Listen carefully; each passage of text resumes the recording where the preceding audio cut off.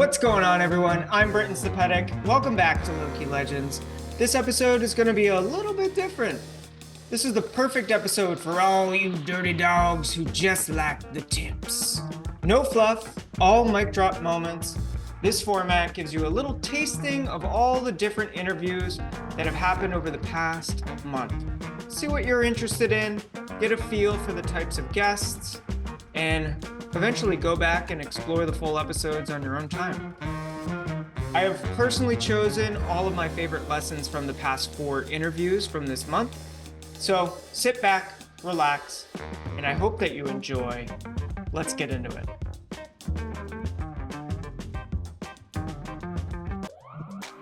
This first interview is with Erwin Hines, and he tells about his journey through design, getting to San Diego, joining Basic, and eventually stumbling into starting a successful fashion brand, FutureIsColor, and a hospitality group known as Open Gym. The lesson that I learned from Erwin is that you have to go through life with this entrepreneurial spirit, be open to experiences, and look for the divine connections between the relationships in your life. And don't be afraid to stumble into something and start, because if we don't start, we'll never get there. We'll never do the damn thing in the first place. So be open to starting, have a plan, and kind of set that plan forward into motion, and be comfortable with that stumbling process. It's a fascinating interview. He's an incredible designer, an incredible entrepreneur. So I hope that you enjoy. Let's get into it. Roll the clip. When you moved to California and started working at Basic, did you start as just a standard graphic designer there? And what was your relationship as you kind of evolved within the agency, as well as the agency evolving and expanding and becoming, you know, what it is now up into the point where you had left? When I first joined Basic, I did join as a designer. Funny story, I actually didn't know what Basic was. The agency that I had worked at prior to Basic, there was a pizza shop right across the street that was named Basic Pizza. And so I left that. I had left that agency, was doing freelance for a while for like S1E, and then also worked on like the Call of Duty app. So I was like, oh, I'm doing well. And then I get an email saying like, hey, do you want to come be a designer at Basic? I'm like, absolutely not. Why would I want to do that? In my head, I'm like, I'm thinking this is Basic Pizza, this like local restaurant trying to reach out to me. But then they explained like what Basic is. I looked at the portfolio and just saw the amazing work that they were doing and didn't even think that something like that could exist in San Diego. Went to meet with them. They ended up joining. I was one of the first 5 people at Basic. And so everybody was a designer. We only had one art director, and then Matt Falk, founder, CEO. And then we had Eric Rossell, who was the co-founder, and also like creative director of the space. But even as a designer at Basic, you essentially had to act as your own CD, because each designer was almost focused on their own project and owning that project from presentation to deck creation to strategy. So you're really owning the full spectrum of these big branding projects. Like we branded a whole neighborhood in San Diego, like the first year I was at Basic.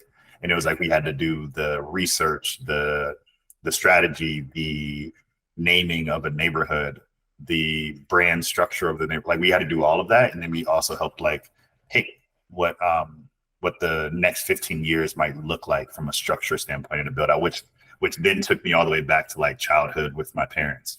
But so when I say I joined as a designer, the role and responsibility of everybody at this space at that time was like you almost hold all hats. And then over time, over time, I grew to be creative director at Basic. And for me, Basic was really special, mainly because I never chased being a creative director at Basic. Just like I feel like I didn't really chase being a designer. I didn't chase coming to California. All of these things just sort of like happened, and like it was almost like more like divine alignment that got me into these spaces. But the growth at Basic really came from the fact that I was continuously taking on more and more responsibility, and I just felt deeply invested into not only the expansion of this agency, but also what we stood for and what they still stand for, which is believing that brands have the opportunity and the potential to be more human, right? And so for me, that was something that I really latched onto from my experiences from childhood, from like going to New York and really understanding, again, there's a deeper lineage behind every single piece of art and every single piece of artifact that has ever been created by any human. There's a deep story. And all of those stories make all of these artifacts very human. And then there's that sort of like tipping point, whether that artifact can have positive impact or negative impact on society. And so at Basic, I felt like we can actually have deeper positive impact by affecting change at these large organizations. And so like our first clients, when I first got there, we were, again, working with San Diego and helping to do branding for the city. But then we ended up getting REI and doing their digital experience and their retail experience. We worked with like HTC and did like their whole like in-store experience. So we were doing like a lot of different things. And there was like a 3-month, 4-month period where we were doing like all of the key art for like AAA titles, which were insane all-nighters to do like actual key art, which none of us had any clue how to do. But again, the joy at Basic was like, go in, you're going to work on a website. Next day, you're going to do an app. The next day, you're going to do like an actual logo and a whole brand system. Next day, you're going to do a big campaign for New Era with retail. The next day, you're going to do key art for Sony's top or AAA titles. So there was like a lot of diversity of experience that I was able to gain and pick up at Basic. Are there any kind of like 4 key lessons that you learned from that experience? And I'm sure we'll touch on, again, the divine connection, as you had mentioned, kind of picking up on those signs of getting to California, getting to Basic, knowing when the right moment was to transition out of that, even though it probably was a hard decision. So back to this specific question, are there any really foundational lessons that you learned from your experience at Basic that you later took away and brought into this new phase of your creative career? Oh yeah, everything. That's like a broad thing. I was literally just talking to another young designer about this the other day on a photo shoot, and I was like, everything that I am now as a designer and a creative director or somebody who can actually like activate brand space came from my time at Basic.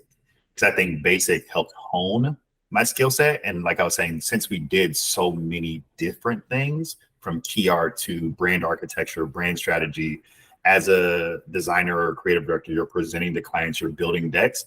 We also started our own companies with Basic because we're like, what is a brand? A brand is, you have your logo, you have your brand system, you have all of that stuff. If you can create some like meaningful tension there and actually answer a particular challenge within sort of like the set environment, then you could actually get investors. So then we actually created our own brands, and like we created a brewery, and then now that brewery is actually a successful brewery in San Diego. So I think there was like a deep sense of entrepreneurial spirit at Basic. There was a high investment in a lot of our own personal projects at Basic, and it just got rolled into sort of the Basic ecosystem. And so from that, a lot of the things I do now are like based on every single learning that I took away from Basic. And then even how I manage like people and manage other creatives also came from this idea of how do I just spark the entrepreneurial spirit within you by showing you the power of your skill set to actually impact change in society, right? So for me, those are like the 2 things that show up day to day in every single piece of work that I do still. I love that. There's so many things that we can dive into just right here. I wanted to start with a line that you had said, this meaningful tension. Could you help define that meaningful tension? And then maybe we can dive in a little bit more. Yeah. So I think it has multiple meanings. I use it a lot, but in a lot of different ways. Okay.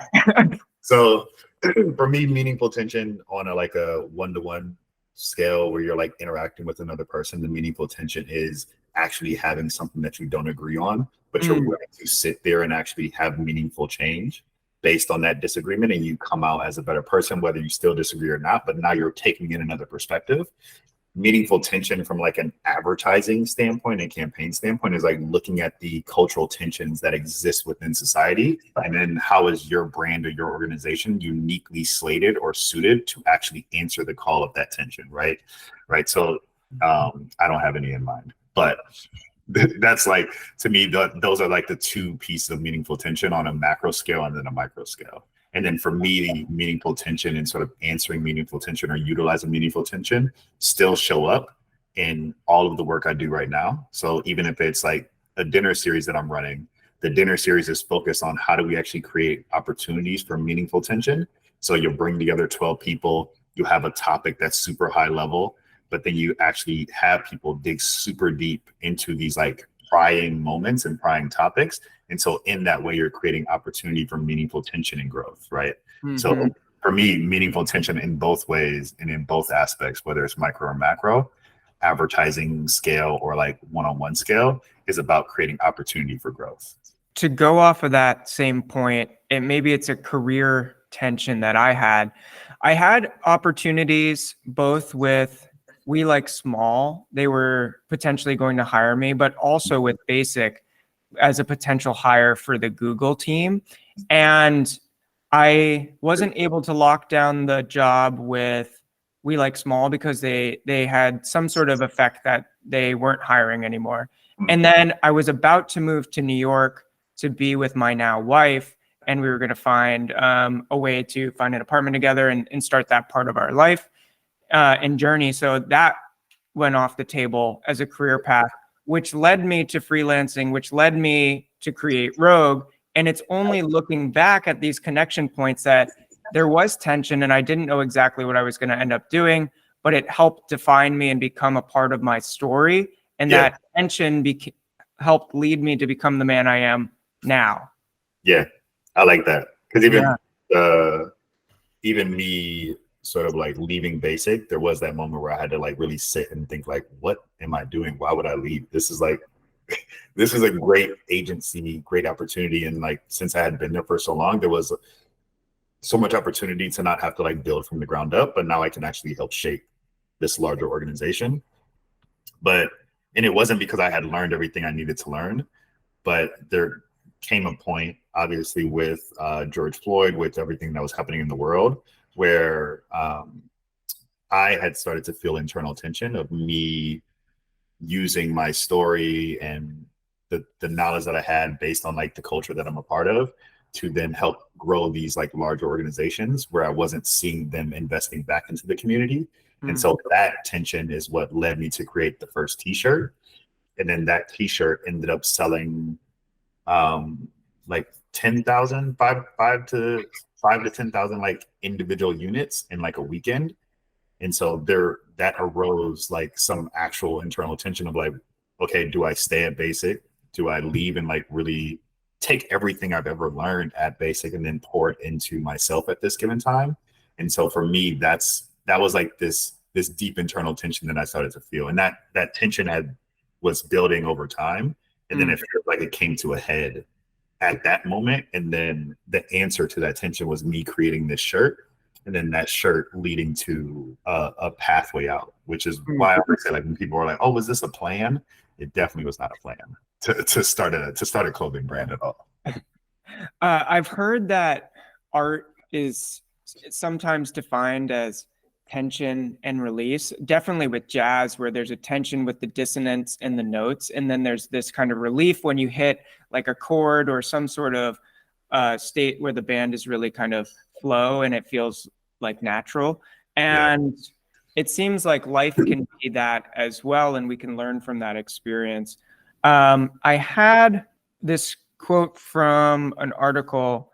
It was the summer of 2020, 3 months into the pandemic, at the height of the Black Lives Matter movement and the protests across the world. You created a series of shirts to raise proceeds for organizations supporting the groundwork of policy and change. Were you still at Basic at this time?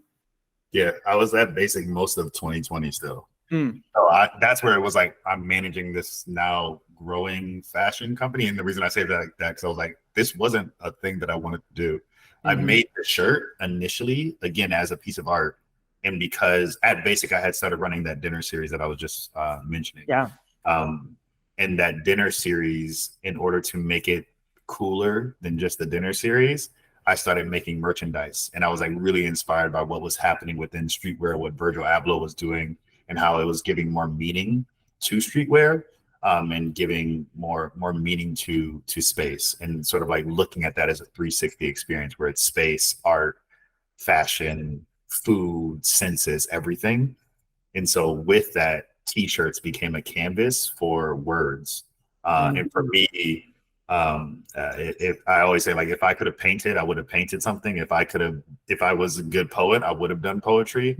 If I could sing, I would have made a song. But for me, my skill set and how I respond to things is typography and then words, which is why all the t-shirts have a lot of words on them. And it was almost like me writing my feelings in that moment, when I was feeling that deep tension, and then putting it on the canvas of a t-shirt. And I just made like a mock-up and posted it on Instagram, not expecting it to sell at all. And then when people started asking, like, hey, where can I buy this shirt? Where can I buy this shirt? That's when I put it on Shopify, and I was like, oh, I'll raise $700. And then that was like my concept of like what this can do. I'm like, this is not going to make anything. I'll just raise $700. I still have my job at Basic, so that's my salary. Raise $700, donate that $700, and it won't be me talking about donating it. But then again, in that first weekend of it being available, we sold, like, again, I don't remember the exact number, but it was between 5,000 to 7,000 individual units, because it was like 5,000 orders. Next up is an incredible interview with Jowey Roden, the Chief Creative Officer of Koto Studio.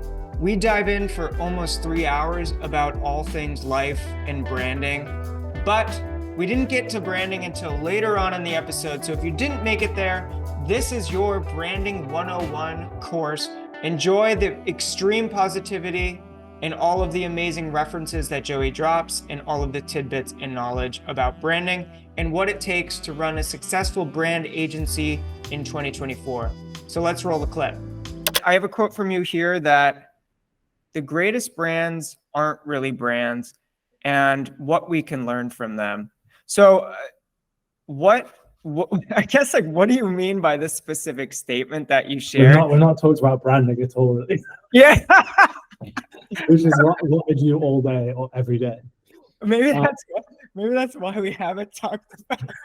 I think to begin to talk about this, you kind of have to understand the current cultural backdrop of branding. And I think one of the critiques of contemporary branding is that everything is starting to look alike. And I think there's good reason for that. Like, a lot of it is, zeitgeist. People need to identify as a certain type of product. They take the visual tropes of their vertical and they tend to perpetuate them. We saw this in crypto. Everything was purple and 3D, particularly in Web3. You were seeing this a lot in AI. The kind of sparkle mechanic is like, very much lent into and kind of like a universal understanding that this is like a smart product. And like, I think it's easy to criticize that stuff, but I think like it's like there is a bit of an issue there for me, I think, which is you want recognition in your vertical and you need consumer comprehension as to what you are. But I do generally think like there is more room to differentiate than brands maybe take advantage of. And I think a lot of why branding is looking the same or can occasionally look the same is because I think it talks to a very narrow sense of what branding is. Like, I think if people reference brands and you ask people what their favorite brands are, it's like Apple and Nike, and like people are aware of technology rebrands, or particularly in what we do, that they are. And I think for me, like, you think about, I'm going to not use the word brand for a second, we're going to use the word business, that often mean the most to people in their lives. They don't tend to be technology companies. They tend to be things like, and I'm going to reveal a lot about myself here, Star Wars, Harry Potter, like a favorite band, a favorite restaurant, a favorite TV show. And I think, like, you look at any of those things in great detail, like, I think in themselves, they are brands. Let's take Star Wars, for example, because it's a very good one. Star Wars has like a cast of characters that I can buy into, that I might identify with. It has its own sense of symbolism and like right and wrong, and like, the Empire versus the Rebel Alliance, and they all have like their own symbolism attached to them. It has a sense of storytelling. There's various levels of like merchandise that I can buy into as a fan. Like, there are perspectives that I can have on the body of work about which bits I like and which bits. And there is an emotional richness to all of the aesthetic that surrounds it. It doesn't look anything like a technology company, or even though technology is a huge part of the story, like, it leans into like a very differentiated aesthetic. And I think the downstream effect of all of that is there is just so much more to love about it. And I think, personally, that's my, thing that I love. There is so much more to love about it because I think there is so much more there. Like, there's such emotional richness. And I think what technology and what contemporary branding can stand to learn from that, I think, is that you don't always need a symbol and a word mark that sit next to one another. You don't need a, scrollable web page that largely exists in like a white environment with some very simple geometric typography, because that is the rules that were set by the vertical that was in front of you. A lot of what we try and do at Koto is like convince people to make the most aesthetic, brave choice that they possibly can. And I think in doing that, what we're trying to do is encourage people to think about truly what are the things you love the most in your life. Because I don't reckon you love Google. Really. It's a tool. I think you think Google is an excellent tool. Like, and I absolutely believe that's an incredible tool. And they're one of our partners, absolutely excellent. But like, you love your favorite restaurant down the street. Like, you love your favorite album, and those things talk across like a variety of medium, audio, like experiential, like see and touch. I do think referencing those types of things in their experience, in the totality of what they are, would probably get us a little bit further along the branding journey. I think it also broadly talks to what I think brand is, which is largely interchangeable with business, which is it is everything that you do. Yeah. Like how you smell, how you talk, like, like the soft furnishings in the office in front of you. Like, this is what Airbnb really did incredibly well, was understanding the broad breadth of like what brand meant, and from an interview through like a customer experience, like it was all kind of delivering on this idea of belonging. And I just think like looking slightly out of category, not at like the idea of a rebrand or the idea of brand as a discipline, into what you actually adore and what the semiotics of those things are, and like what mechanisms they use to engender that love that you have with them. You can often stand to learn much more from. One of the people that's literally sat to my right now, Dave Ladd, like, he's a bit of an encyclopedia for like design knowledge, and like I've never really seen him reference anything contemporary. And I think as a result, like I think the work is often better. Like for me, like the thing that I'm really trying to do, and always need to do a better job of this, but like I would much sooner reference Dragon Ball Z or 90s gaming, or like a baseball team's aesthetic, like looking at your Red Sox pennant. Like there's just so much more to learn. And I think if you start slightly further afield or slightly kind of broaden your sense of like what brands can be, you're very likely to get to a different result. And I think like really understanding what people love and why they love them, and like what actually a brand can be, I think we collectively as an industry sort of need to broaden, because I don't think there's anything to learn from like, who's your favorite brand? Oh, it's Apple. I'm like, well, of course, like they make products. It's like they are so sure of who they are. Like it's an exceptional brand. I'm like, what do you actually really love? Because like it tends to really differ between us all. Like we all have our own tastes, and I think the closer you can get to that, the more likely you are to get to like a very differentiated solution. And like that's something I'm really keen on seeing in the world, and also the Koto's work is like a variety of aesthetic, And I think the only way you get there is like by a broader understanding of what brand can be. And I think the industry at the moment, us included, I think are a little stuck on like this. Actually, to be honest, we're a little stuck on this. Like it has to be an app icon, which it does, but it also can be so much more than that. Like it can be so much more than that, and it can reference so many different things. And I think the universe that you make for yourself, for your brand and business, can be so much broader than what I think people like currently estimate it to be. And I think, going back to our AI conversation, differentiation in a world of kind of like creative abundance and image abundance is going to be so critical. I think how you get that is like looking to different places for inspiration. I'm glad you said universe, because the way I've started thinking about branding more specifically is that it's more akin to world building in general, and you get to define the parameters of that world, and it can expand as far as you need it to. I mean, think of like even Star Wars as your reference. It started as a movie, which turned into 3, which turned into 6, which turned into 9, which is now a million different shows in the, I almost said Marvel universe. That's a whole different cast of characters, but in the Star Wars universe, and it's just going to continue to expand. And we're going to love it. We're going to hate parts of it. It's going to be fine, but it's going to always have a fandom no matter what. Yeah, I think there's like, like it gives you enough to latch onto.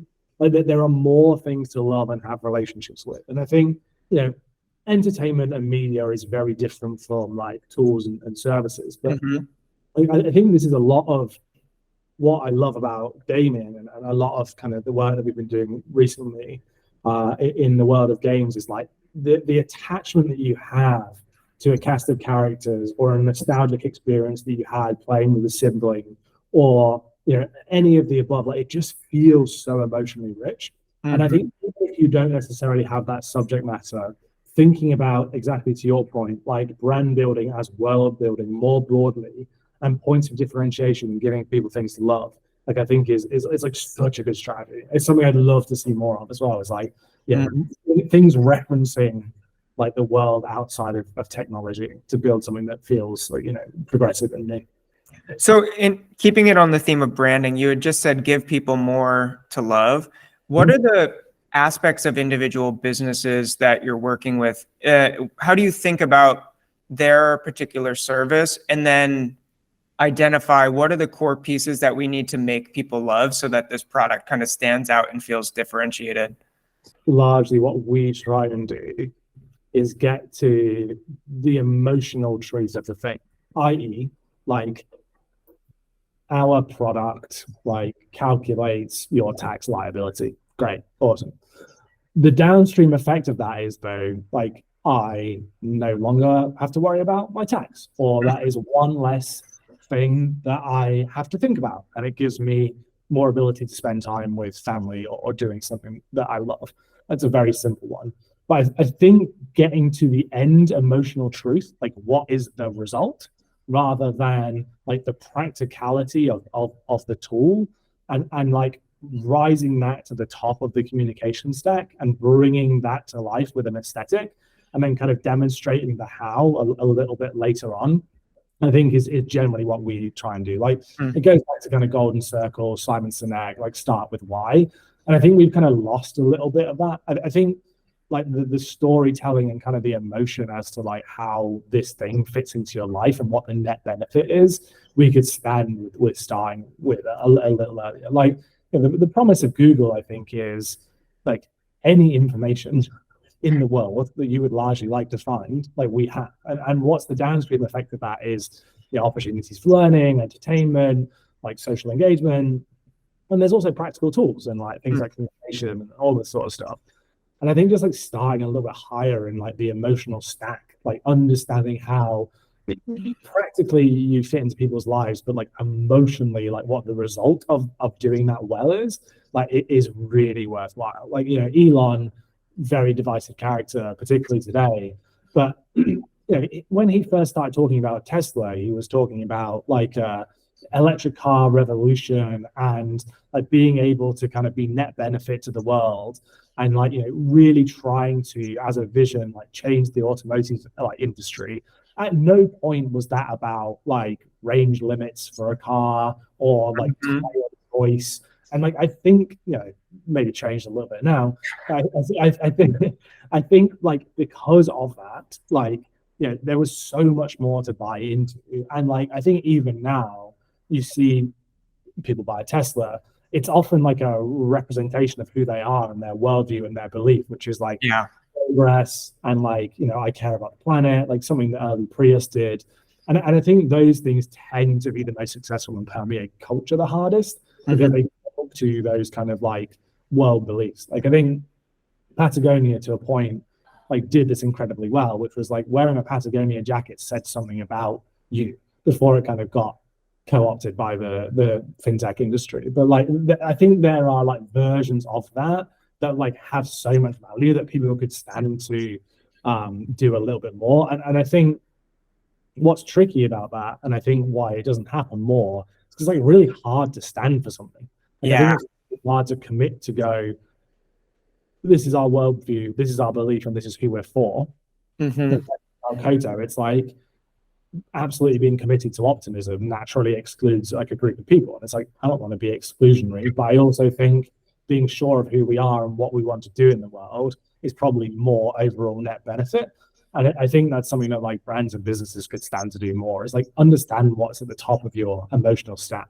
And like, even if that is, we're trying to make the best fucking software, it's like, I think say it in those terms. Like, we're trying to make the best software for you, so you can like doing other things, or you can have the peace of mind that's associated with that. And I think what we do is like dilute all of that and make it really complicated and talk about like product features. And I just don't think that's like engagement strategy.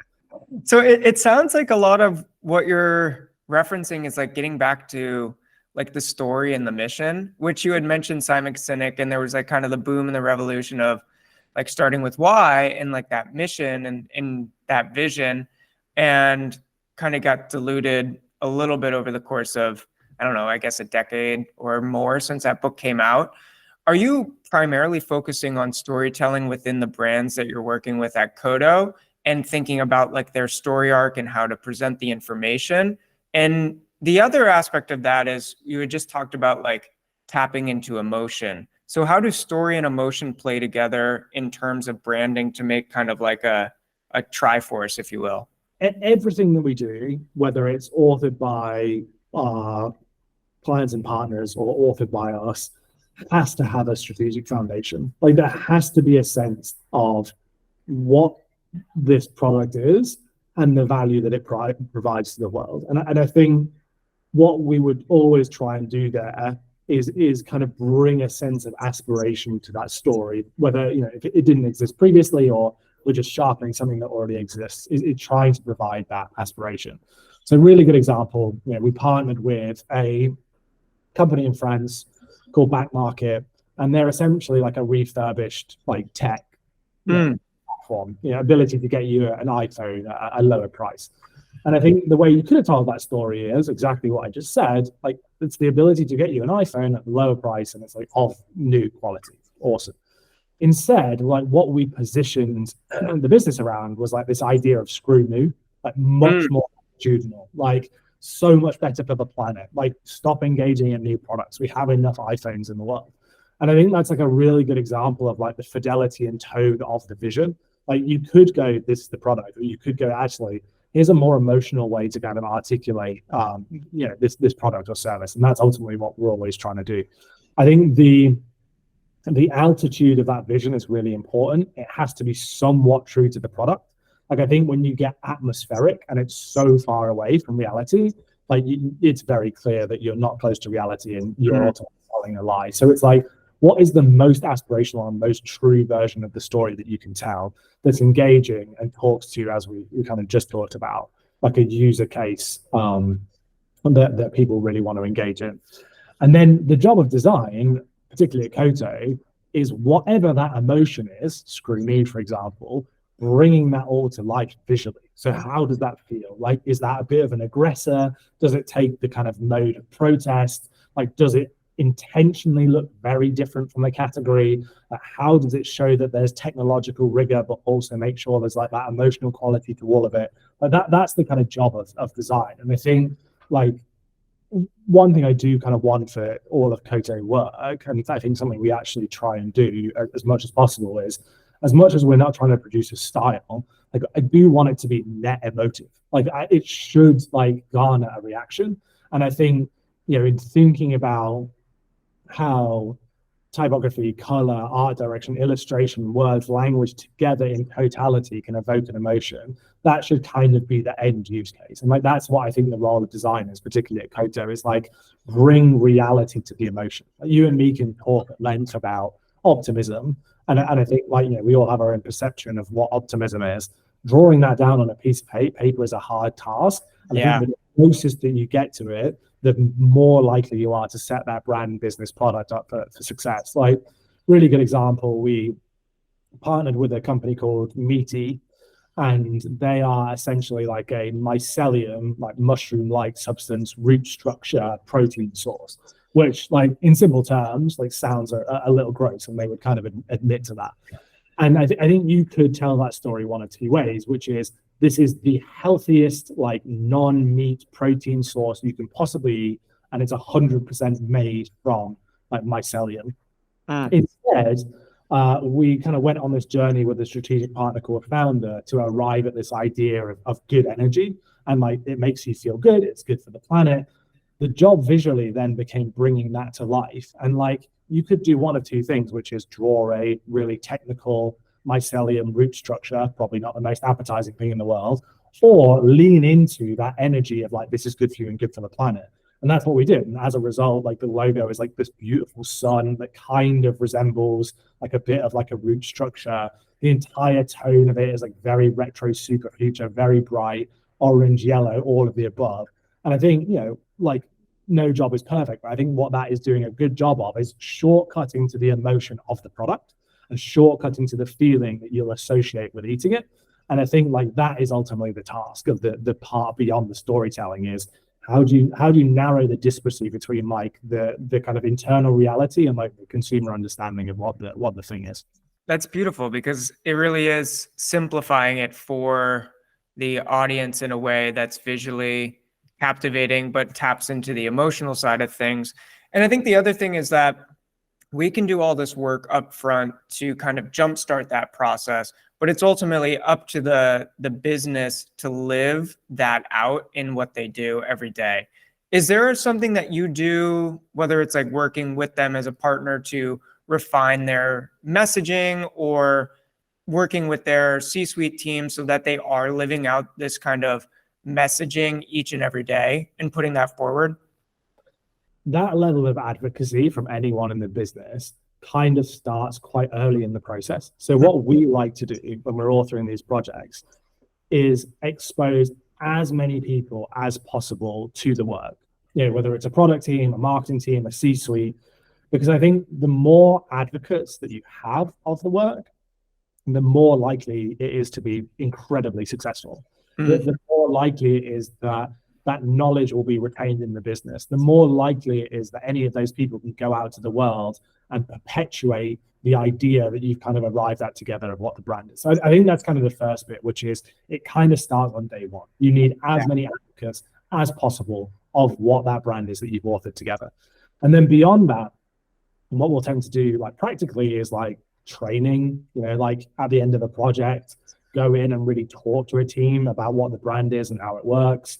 Ongoing projects potentially with people. Hey, we've lived with the brand for a year, this is working really well for us, we'd like to adjust this, or how do we think about this new product or service? Again, like kind of ongoing continued relationships, really, really important part of it. And then I think like lastly, just like actually acting as like a responsible steward for the work that you've created. One of the things we really try and do, and again, not always successful at this, is like make sure the work has a longevity to it. Like I think the worst thing you can do is go, you currently have this product and you have a trajectory to grow into 3 years, but you have no sense of what the brand will look like in 3 years' time. And I think that the way you solve that is a really robust design system. Not just designing for what it is today, but designing for what it's going to be, I think is absolutely critical. And I think the only way you do that is with like a really broad toolkit. Like, you have a perspective on type, illustration, color, art direction, photography, even if you're not launching with all those things, you have a sense of what sub-brands might look like. You have a sense of what a tone of voice might do when it's rigorous and serious for legal, and then when it's playful for like a customer-focusing kind of like customer-centric position. Like all of that is so important. And I think if you don't think about it in the initial branding process, when that business grows into its identity, it will very likely be missing something. Like it will very likely have a message that it needs to kind of bring to the world, or a product that it needs to bring to the world that it's not capable of doing. And that's like one of the things that we try and be incredibly responsible about. It's just making sure that like longevity is built into a lot of the systems that we make, particularly in like a very rapidly changing world. It's super critical. Next up is an incredible synthesis from Claudio Guglieri. We talk about everything design, branding, web experience, and how they all marry together in creative synergy and harmony. This is honestly one of, I think, the conversations that I've learned the most from. He challenges my assumptions at every turn. Claudio is really an incredible figure, an incredible designer, and has creative longevity over his 20-plus career, and is now the head of design at Opal Cameras. So if you're interested in the synergy of brand and web and how experiences are created for the internet, this is the perfect snippet for you. Let's roll the clip. Connecting full circle, I think like that touches to what we were talking about with like the power of play, tapping into like emotion for emotion's sake to connect to people. I think that's really what we're trying to do with branding, with digital experiences. And I guess my first moment with like falling in love with like a digital experience was probably going on to awards and like seeing the culmination of sound design with motion, with interactivity, and how all of these things could create a world opposed to just like a piece of, I guess, like marketing. It became so much more than that. And I think that as time goes on, I'm more receptive to those type of experiences and trying to create things that are more like that type of experience than just trying to create a landing page for X company that achieves one goal. How can I put an emotional spin on that in order to capture some sort of emotion? That's so I don't know if you've been following the debate online. Who's this guy? Well, it's actually a somehow famous in the community designer, Brian Lovin. He was mentioning on the release of this calendar app called Amy, right? He's like, his point was like, I don't know why these landing pages are like so convoluted and they have like so many themes, and I would rather have a simple, get the point across kind of page.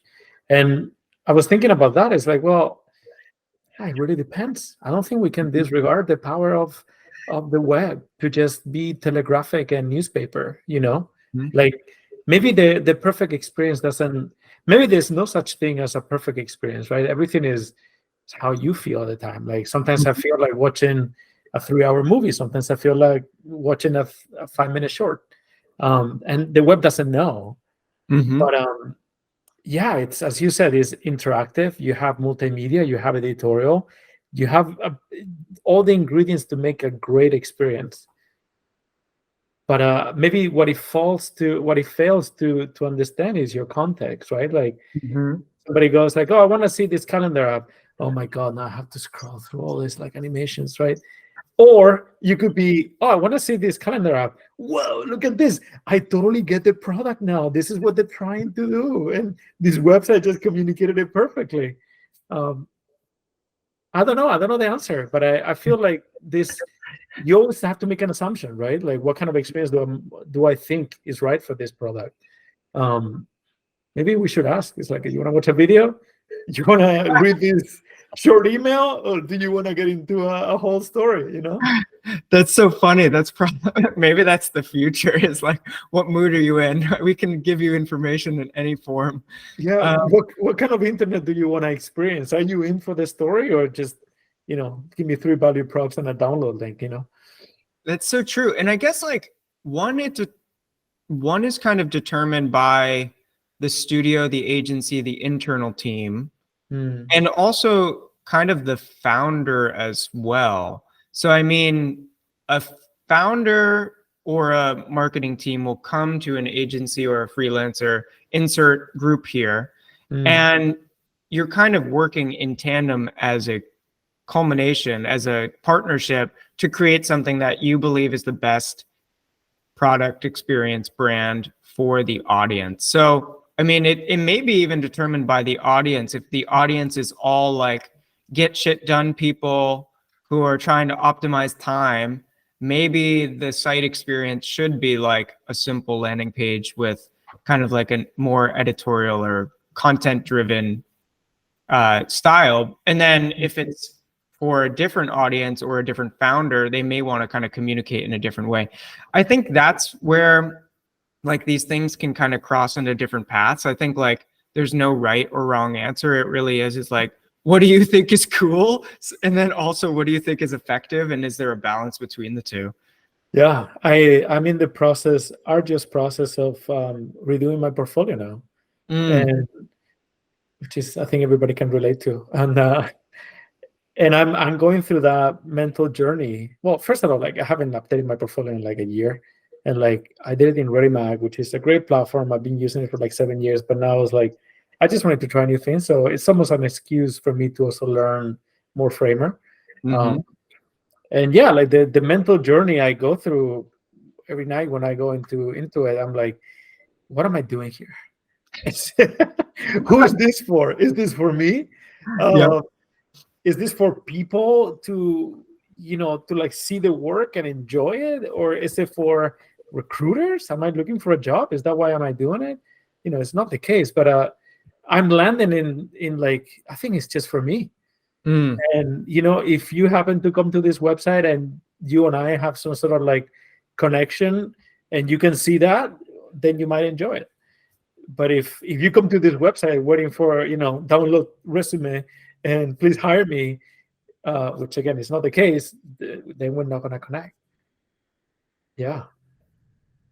I am a big fan of using your portfolio for whatever the hell you want. Whatever your goal is, that's probably like another project that you can kind of like slide into your, I guess like portfolio archive as well, just to use it as whatever tool you want. And you could put your portfolio in your portfolio. Pretty much, yeah. Yeah, I did that. Check. Done. But I think we have to dive in a little bit and get a more full picture of you, Claudio. So early life, you grew up in Spain. What was opportunities like as a young designer in Spain? Where did you grow up, and how did your environment shape your perspective on design? All right. So yeah, I was born and raised in Spain. I had my first like 3 jobs in Spain. I guess, kind of like a little bit corny to talk about when I was a kid, but as a kid, the internet wasn't there yet. So like I'm lucky to be part of this generation of change. There was no endless streaming services. There was no endless video games or entertaining. So there's a lot of moments of in between. And I think it's during, born in the 80s, whatever, like those in between moments are the moments that define you the most, because you had to choose what to do while you're waiting for something to happen, or you're just there, long summers doing nothing. And that is, that ability to get bored, it's almost like what I don't have now as an adult, right? Like the ability to like think about stuff and like, wonder mentally. So the in-between moments define a little bit like what ended up being my job. And that is, started comics, drawing a lot, copying anime that I like, drawing my own things. Eventually, getting to know like some basic tools of like typography on a really old computer and printing it out and be like, whoa, this can be a thing in the wall. I just made this and people can see it, Then computers came and, started like all this like piracy CDs full of games. So you're like, oh, I'm gonna make a cover for this CD. You get this game from a friend. Oh, I'm gonna make a theme for this. Then you start like almost like customizing your experience. And I guess from there, like things turn into video game as well. Like the web kind of like appear and mature a little bit. Flash came up, and you're like, wait, I can actually create things and interactions that go beyond a blue link. And kind of like something sparked my brain, and I thought this could be a thing. But I never, kids don't think, oh, this is going to be my job. You just do it. And I did a bunch of websites for friends. I had this friend who had a heavy metal band, so did the whole photo shoot, did the website, did the logo, did the CD cover, and some of them are still using those photos. I'm like, guys, it's been a while. We should make another photo shoot. So yeah, like that, to be able to shape the whole package, you have a lot of respect for established, let's say, music bands. But then, so back then you're like, how could I try to fake this magic around this band, Metallica? How do I fake the logo? How do I create, like, I have the power, and this is kind of like, it was a little bit like a revelation to me. By creating 5 signals that feel right, I have the power to make this band of 4 friends feel like a much better band than they are, and much bigger, right? So like, why could they not have a logo like the Metallica logo? Why do we have to take a photo that is boring? Let's take a photo that is a bit more weird, or like let's increase the production value. And suddenly they're from the south of Spain. They're not great, but damn, that's a pretty cool fucking cover. And maybe they're looking bigger than they are. Isn't that the goal of design at the end of the day? Like, we just, someone can make a living making, I don't know, SD cards, but like if you build the right universe around it, suddenly it's like, oh my god, I need one of this. Anyway, yeah. So Spain. If you're familiar with the geography in Spain, so I was born in the south in a city called Granada. Half my family lives in that city, half lives in this other city called Malaga. So souther, as much south as you can get. Great weather. The city is like pretty close to the beach. It's a beach city. So amazing childhood. I can't complain. I love it there. Eventually, this wasn't before any economic crisis. By the way, Europe and Spain, there has always been a crisis. There's always like a lot of like, jobless, and oh my god, the crisis. There's always, for my whole life, there's always something going on in society and economic context and all that. But anyway, it got to a point where, for no reason really, I decided to get better at like speaking a different language, and think of moving to the UK. I finished college in Spain. I started a PhD. I started working on a small studio called Pixel in Life, which the people that hire me, one of them is a really good friend to this day, David Navarro. He works at Roblox. So he and that studio is what, for the first time, put a little bit of global context in my mind. I learned about the FWA. I learned about all this DeviantArt and like all this like universe of really talented companies that were starting to be in. So worked with them for almost 3 years, and eventually I just realized that I've been in the UK for 3 months before, but I realized that I wanted to try to live in the UK. I just felt like I'm young, there's nothing to lose. If I fail, I can always go back. Like I'm lucky I could go back with my family, even though they wouldn't enjoy it. So I did. I moved to the UK. I had no job. I moved to this.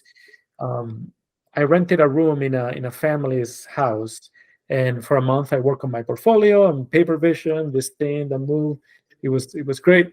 And then I started looking for a job, and I don't know. I got a job, and then I changed jobs, and eventually the opportunity to come to the US came up. And even though I never really thought too much about it, but this is 2010. I moved to New York, and the rest is history.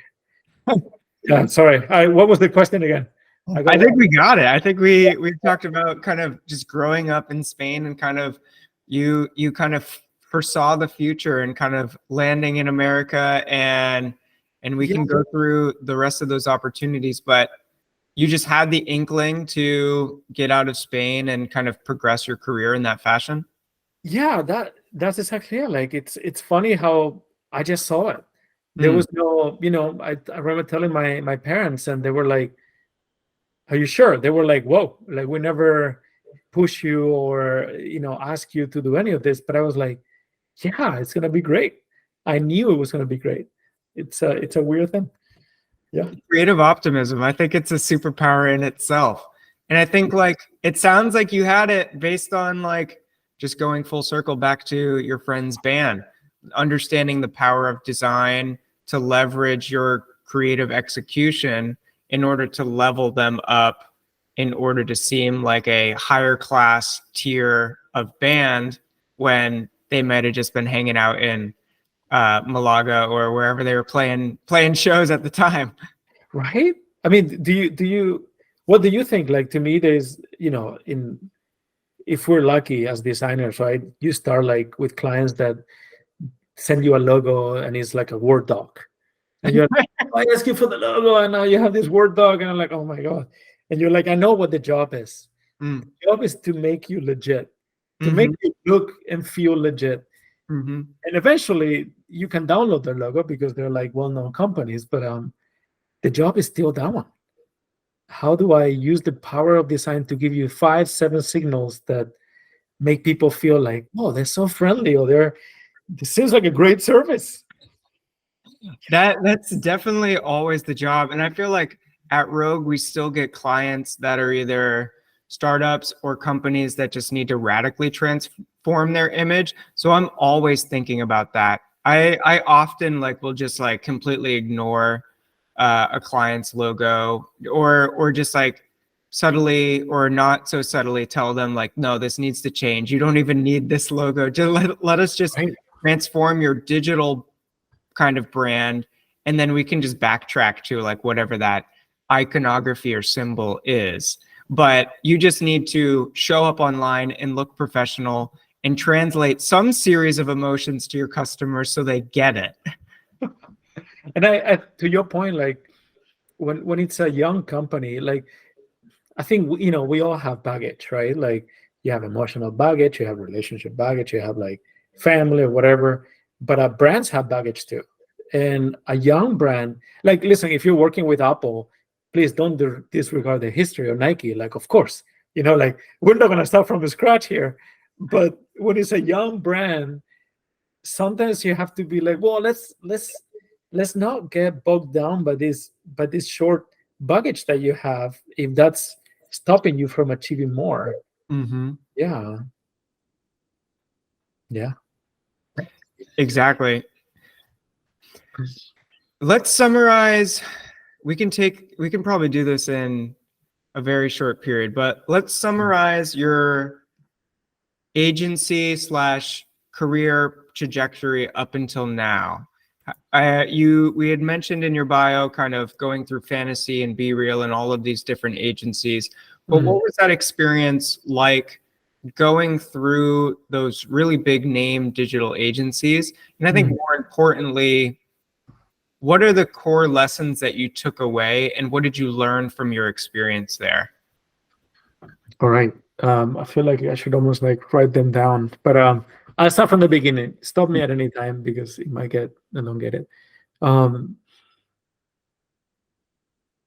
guess maybe if I focus on Fantasy and onwards, Fantasy Interactive has a great place in my heart. They took a chance on me, and that changed my life. There was no reason they couldn't find someone more talented or whatever, but they saw potential and they went for it. And my life, I will be in a different place right now, not in a bad place, probably will be happy somewhere else, but hopefully. But it definitely if this life was like a one road, suddenly this branch got created, and like, I met my wife in New York. Like, it just suddenly shaped what it is today. So I went in. I was, and I am a fanboy. Like, I love their work. So I do remember, coming through the door and like seeing the photos, and they had this like really cool like old school frames, a little bit like the one you have behind you, but like much bigger. And they had some of the UI they made for Time Warner back then, or for like frame in this golden old school frame on top of this exposed brick. And I remember looking at it thinking, fuck yeah, like this is it. I finally came to the place where they care about those details so much that they put it in the wall. Like that, I felt like I'm home in a weird way. I felt like I care about it, and I never met anyone that care as much as I do. But now I am here. So great. I mean, I could cry right now. Like Anton, David Martin, like everybody that went through that journey with me, like I have nothing but, like just being really thankful to them. What did I learn? Man, I learned that, there's no magic sauce. Like, well, I was going to ask you what your secret sauce was so that I could be a better designer, but no, like, well, years before I was like copying their icons and being like, look at the detail, like I was like micro-analyzing iconography, glowy parts of the buttons. And when I joined, I was like, oh shit, now it's on me. Like I've been a fan. Now it's up to me to like make sure this goes forward, and like that signature is still there, but also is my signature now. So I do remember feeling a little bit like, I guess I'm gonna, fake it a little bit until you make sense of like, I'm gonna continue doing what I'm doing. But the critique that I'm getting now, I'm like, I went from like a place where I maybe I was like really good to a place where everybody was really good, and now I had to level up. So just humbleness and like that responsibility, and like honestly just doing my best, and sometimes also just tapping into your inner child, right? And that's what got you there. So tons of conversations with Anton were like, what is, like, you're looking at a project and already the layers of course that has to be there, of course that has to be there, but what is the one thing that is like unnecessary but kind of like the signature? And I found that at Finance Interactive, at FI, I had to like find that thing, and I was like encouraged to find the thing. And when we found it together, it was like, you see all these designers gathering around like, whoa, that's so cool. And I'll tell you, just to bring this down, I'll tell you an example, really, really stupid, like a simple arrow, right? So you think of an arrow like, oh, 2 diagonal sticks. Everybody just does that one arrow. At FI, we used to do this arrow that had like, I'm going to draw in this case. So you had this. So you had the middle point slightly off to the right. So it made it feel like this is a completely unnecessary craft detail, that if you spend time doing this, that means if you put the amount of care in these small details, you could almost like, assume the rest of the experience is going to be fucking amazing. So sometimes it came down to stupid details like that, but sometimes it was like a nice interaction, or like, Anton, I remember, did this kind of like book interaction and animation and CSS for a Google project. And when that page flipped, we were all like, oh my God, look at the reflection. How did this is amazing. Like it's just pure joy because you found the thing. Well, I mean, like, I think that's a really key thing. I mean, sweating the small stuff, making sure that the small details are as important as the big details, just shows that you care. There's a craft involved, that the attention to detail and the love that's translated through that process. If you love the work that you're doing this much, that you put that time in, it's absolutely going to show to someone else on the other side of the screen, or the physical book, or whatever the product, digital product brand is. It's just going to resonate that much more. Right.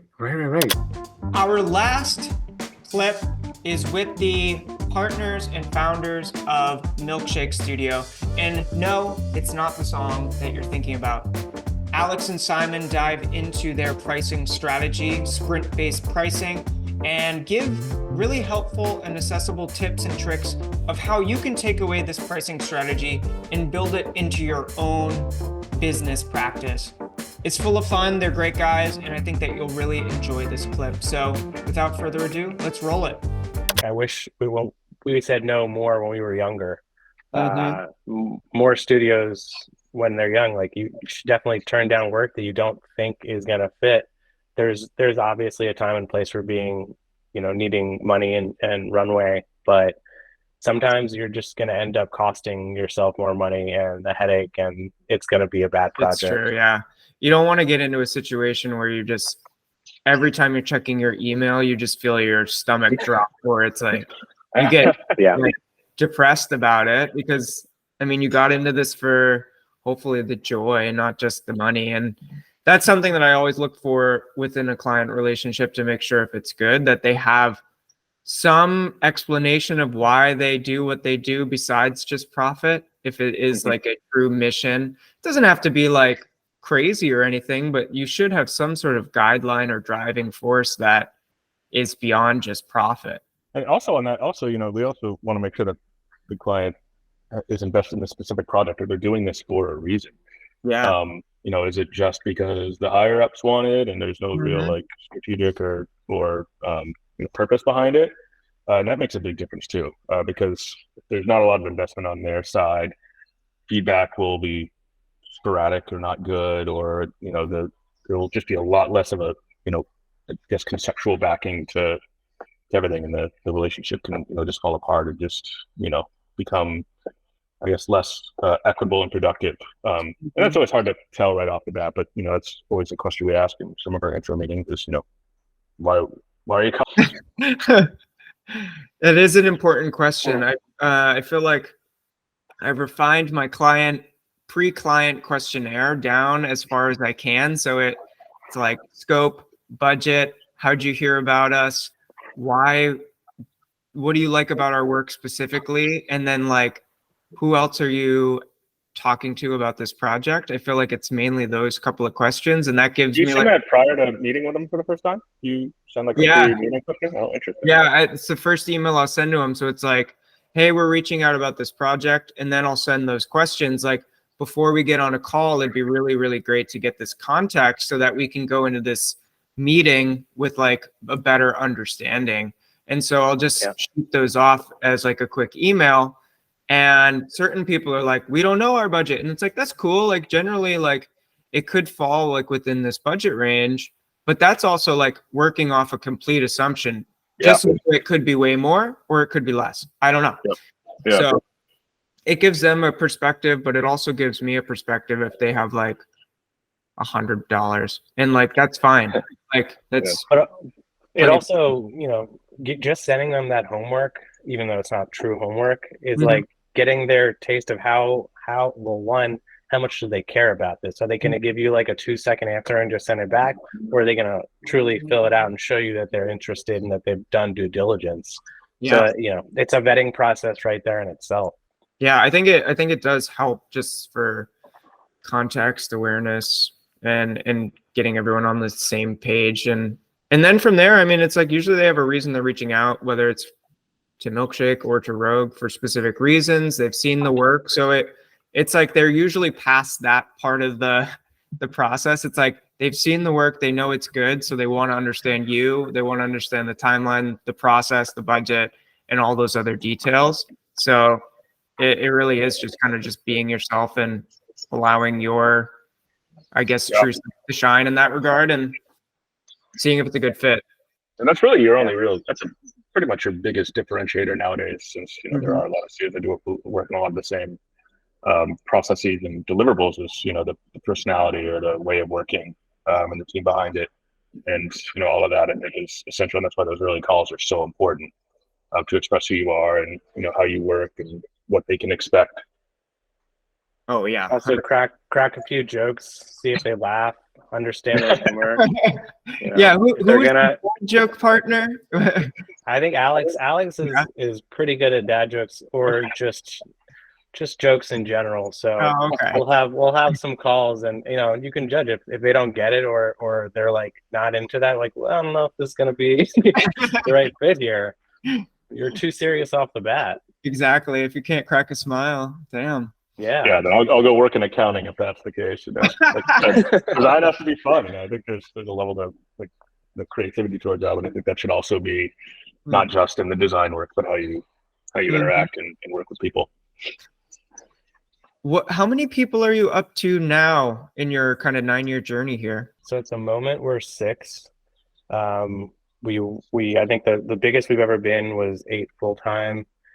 And yeah, so we're 6, and then we have a few freelancers that we work with. Did you have to kind of adapt or change your process in order to like function as a 6-person team? You had mentioned that you're remote. How is kind of the work culture adapted to, I guess, having more and more people? I think one of the big things we had to change was we wanted everyone to feel like they were a part of all the projects, but you're just wasting time to some degree if everyone's in everything. So we do give, if you aren't necessarily working on something, but you have an idea for it in the exploration rounds, like we're totally fine with you jumping in there, and we try to get as many heads in the exploratory, like the early phases. But then, we'll have to split people up. And we've been lucky at the moment where our team is really diverse in the type of work that they can do and that they're really good at. While everyone can kind of do brand and web, some are focused more on motion, or much more focused on web versus brand, and then brand versus web. So I think the crossover is really nice. But yeah, I think the biggest thing we've had to learn is starting to be okay with the fact that not everyone on the team can be part of everything, and starting to see where people's skills lie and help bring that to the table, and help them understand like why we're shifting things around. And lots of Figma huddles. We do a lot of reviews in Figma. Sometimes they're 2 minutes, sometimes they're a little bit longer. Really awesome tool. I think that's really helped the remote communication excel. I can't imagine back in the day. Yeah, it's funny to think about. All these communication tools we have at our disposal have really helped. Just the remote way of working. Yeah, definitely. As the tools shift, I think it makes it exponentially easier to do things completely asynchronously. I mean, whether you're leaving comments in Figma, or because of different time zones, I leave video messages on Loom to my developer. Cool. Basically having a meeting. It's like, here are all my notes. Here you can see my screen recording. You can see like what I'm pointing at, what I want changed for what reason. I'll put that into Asana task, write up like the main points, and then he has like everything he needs to go, so he can do it on his time zone when he needs to get that done. I think COVID would have been, and remote work would have been much harder if Figma wasn't around. Yeah, we were just remembering like sketch back in the day, or even like Photoshop before that, where if someone had a file open and you tried to open it and you could corrupt the file, and then it was a whole thing. So yeah, the fact that there's not 6 finals in our file system anymore, there's not a file system for it anymore, is amazing. Oh, I love that. That's so joyful that I can have like 8,000 artboards in my Figma and it doesn't crash is amazing. Forgetting to save back in the day on Photoshop or Illustrator was just the worst.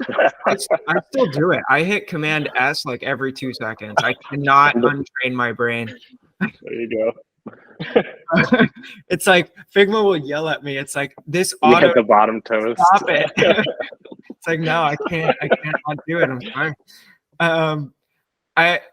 I feel like there's a couple of things that are essential to talk about, and then we can play a little game about your company culture and some stuff down the road. So that's a little teaser, but I think that your particular business model is very interesting to me because I do it differently. So you had touched on this a little bit of foreshadowing that you price based on sprints. So I was wondering if you could dive into that and how you've refined the sprint model and how it's impacted your business.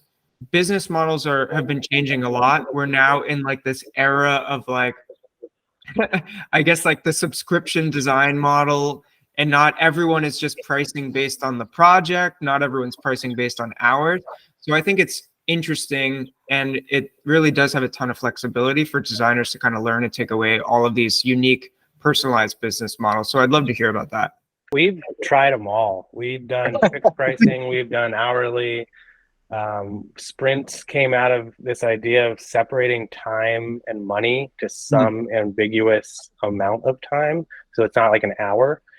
You know, our fixed fee projects, some of them we crushed it, and then other ones we were getting burned on the micro changes and these, like, you know, we couldn't fully call them scope changes, but we were just, you know, it wasn't doing us a service for some of these large projects.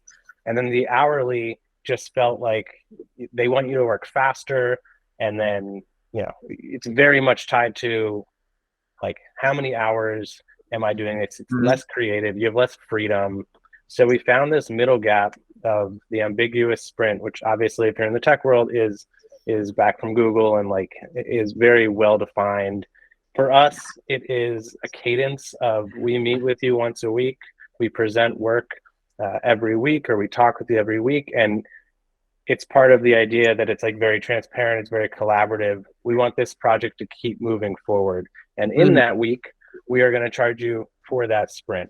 So if you decide halfway through the brand phase that you want to go back and explore this idea that a new marketing team member has, like, we're going to add a sprint in, and it's really easy for us to say, not only is this going to add time, but it's going to add cost. And the beauty is, you know, they know how much a sprint costs and how much time it is prior. So they know, you know, what they're getting into. There's no like ambiguous pricing or ambiguous number tied. It's like, you know, this is what a sprint is. And they're like, okay, great. If they want to add it, awesome. If they don't, then they don't. So it's really helpful and flexible for both sides. Yeah. And as Simon said, you know, hourly just as a whole is just very contrasting, because the client wants the least amount of hours and we want the most amount of hours. It really makes no sense. And then, you know, creativity is just so hard to tie to hours. Like, you know, sometimes you'll get a great idea in 2 minutes and sometimes it'll be 2 days. So that's sort of really where it came from. And it's been good. And I think, as Simon said, you know, like the flexibility of, you know, adding to a project if necessary is really helpful. And, you know, we've never really had any questions on the overall operations of it. I think one different thing is a lot of times, you know, a lot of agencies or studios will charge like 50% or 20% up front. You don't really do that because it's all tied to sprints. So we just bill at the end of every month. So if you had 4 sprints, for example, so you the 4 sprints every month. So that's sort of a little different way, I think, that the sprint methodology works into that regard. A couple of questions. You had said you build at the end of the month. Do you have a certain amount of sprints that are contractually obligated so that you're getting at least some progress? Also, does a client have the ability to kind of leave during a certain portion of the sprints? Because I'm assuming like you've mapped it all out in Asana, like you had said. I'm sure there's a certain amount of sprints which equals strategy, a certain amount of sprints that equals design. Can you go into like the specifics a little bit more? They can leave at any point. We used to do like the front load thing, give 25, 50% up front. For us, we found that accounting wise, it was much nicer to get paid at the end. And we never had, we had 2 different clients not pay us on such a small amount that it was like almost laughable for us. It was like kind of a slap in the face for no reason. And so we've been It's never been a problem. Yeah, it's really overall never really had payment issues.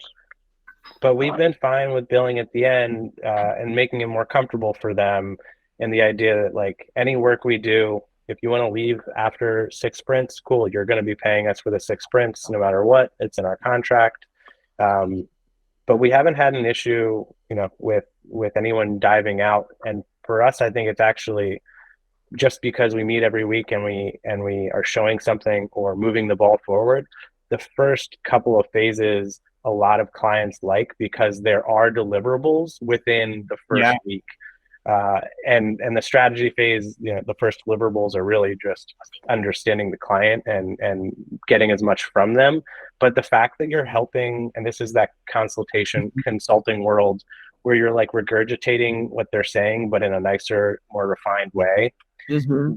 They love that. They love to see that you're taking out the junk, putting your ideas in, and like filtering this into something that's usable.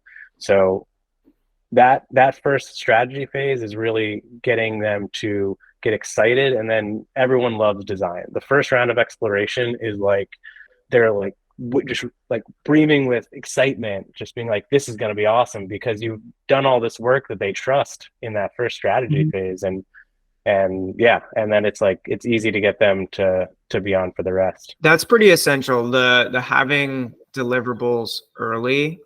I think one is essential for building trust, but two, it kind of defines the project momentum, if you will. Like if someone hires you and you go away for like a month, then it's just like, what are we paying for? What are we doing here?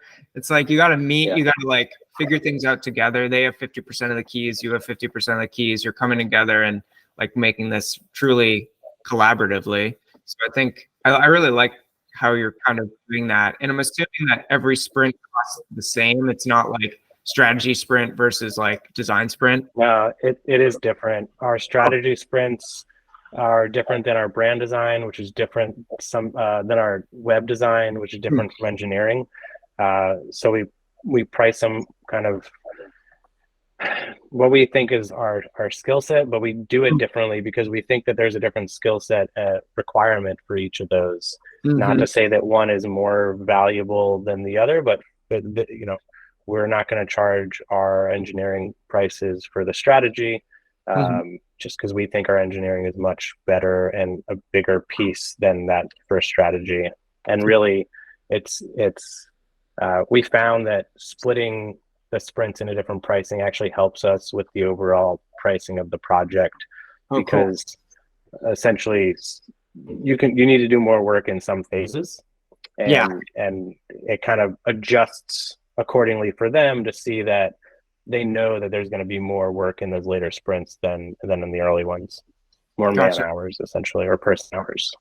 It also helps with project sizes. Obviously every project's different. So when we, send over a proposal and it's broken up by this many sprints, and if they didn't give us a budget, which is pretty common, they'll see, and if they want to spend more money or less money, you sort of can remove a sprinter here. And then that's really good too, because during the process, like, well, if you want to, we cut a refinement sprint here, for example, due to budgetary concerns, which is fine. So they understand that that's like the dynamic now, and it's like they don't really want to ask for another refinement sprint because it's pretty clear early on that that's not part of this scope. So it's been really helpful as like just a clear tool of expectations on the overall project. And it's really helpful as we said, some brands are bigger and some sites are smaller, or vice versa.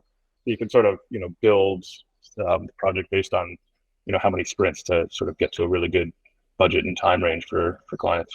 So for the audience, if they're looking to do this in their own individual, let's say business, or just whether that's a studio or whether that is just freelancing, how should they go about thinking about this? Is it the amount of people involved in, like, let's say the strategy sprint that changes the overall pricing, or what are the factors that go into how you think about pricing those? It's going to be a mix of deliverables, people, and person hours, like how long things are going to take. So, in the end, we want to make sure that we are giving ourselves ample time to get that done. But at the same time, we want to be on schedule and not bloat a strategy to like 2 months when it's a startup that needs like 3 weeks. Yeah. So I think there's the balance of understanding, if you were to do this hourly, what do you think you'd be making? And then adding a percentage of whether it's, you want 15% of extra on there, or 20 to 25, and figuring out, also for us, figuring out the client a bit. Are they going to be micromanaging? Are they going to be asking for a ton of little changes? And it's hard to obviously know that in the beginning, but after doing this for so long, you can kind of get a sense of a person and what they're like from those first initial meetings. But yeah, it's definitely internally tying it to person hours and understanding how many people a week are going to be how many people a week are going to be on this, and how many sprints we have going on at the same time, because obviously you can't have too many, or you're not going to be getting your work done. So I think it's a balance of all that. I think that's practical and tactical, so that people can put in their own prices for those type of I guess like factors, and make their own sprints. I mean, I think that I could take away that as an insight of like even pricing my projects better, just like kind of mapping out, okay, it takes X amount of time to do these. What would be like a weekly rate or a sprint rate for each of those sections? And I could probably do a better job of pricing and make it almost not standardized, but kind of have a methodology to it based on like your system. So thank you for sharing. I mean, I think it's a beautiful way to do it. It's cool. I like it. Yeah. And I mean, different pricing models for different studios. We're not going to say that's the only way. We still do fixed fee for smaller projects. We also are much more rigid on our scopes for smaller projects on fixed fee, and letting them know that like any extra work is still a sprint of work. We're still going to be adding that on. But yeah, for us, it gives that flexibility that I think our clients like.